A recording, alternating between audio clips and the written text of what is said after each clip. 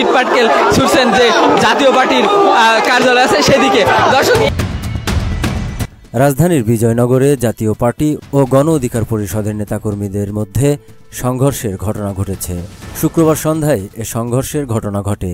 এতে কয়েকজন আহত হয়েছেন।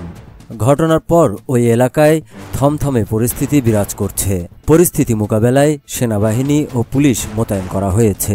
প্রত্যক্ষদর্শীরা জানান, শুক্রবার সন্ধ্যা 5:30টার দিকে প্রথমে গণ অধিকার পরিষদের সভাপতি নুরুল হক নূর ও সাধারণ সম্পাদক রাশেদ খানের নেতৃত্বে বিজয়নগর হয়ে দলীয় মিছিল কাকরাইলের দিকে যাচ্ছিল। এ সময় জাতীয় পার্টির বেশ কয়েকজন নেতাকর্মী দলীয় কার্যালয়ের সামনে অবস্থান করলে দুপক্ষের মধ্যে উত্তেজনার সৃষ্টি হয়। পরে উভয় পক্ষের মধ্যে ধাওয়া পাল্টা ধাওয়া ও ইটপাটকেল নিক্ষেপের ঘটনা ঘটে।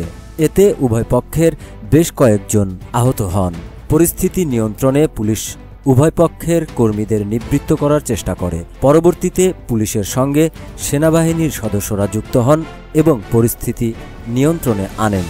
গণ অধিকার পরিষদের সাধারণ সম্পাদক রাশেদ খান গণমাধ্যমকে বলেন, জাতীয় পার্টি ও আওয়ামী লীগের সন্ত্রাসীরা গণ অধিকার পরিষদের মিছিলে অতর্কিত হামলা করেছে। তিনি বলেন, দলের আহত কর্মীদের চিকিৎসার জন্য ঢাকা মেডিকেলে নেওয়া হচ্ছে।